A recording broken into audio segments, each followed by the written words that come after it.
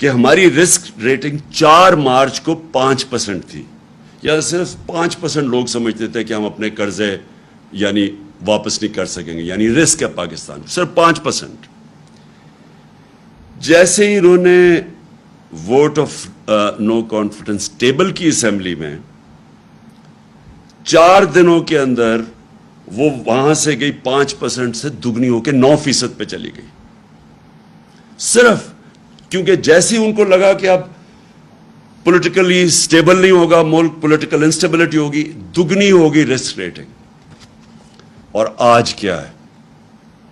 آج پاکستان کی جو رسک ریٹنگ ہے 22.7 ہے۔ 22.7 کا مطلب یہ ہے کہ ہمارے لیے باہر سے یہ جو ہمارا $30 ارب کی فائنینسنگ کروانی ہے، اس کو فائنینس کرانا مشکل ہو جائے گا۔ جو بینکس ہیں وہ ہمیں پیسے دیتے ہوئے ڈریں گے، کیونکہ رسک پہنچ گئی ہے 22.7%۔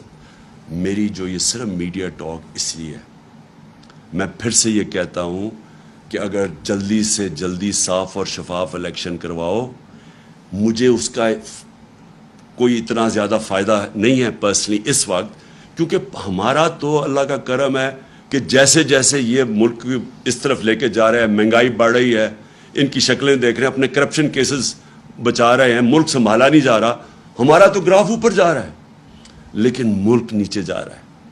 اور یہ جو میں نے آپ کو بتایا کہ اگر اس ملک میں پولیٹیکل سٹیبلٹی نہیں آتی، یہ اس کی اکانومی اب سٹیبلائز نہیں ہونے لگی۔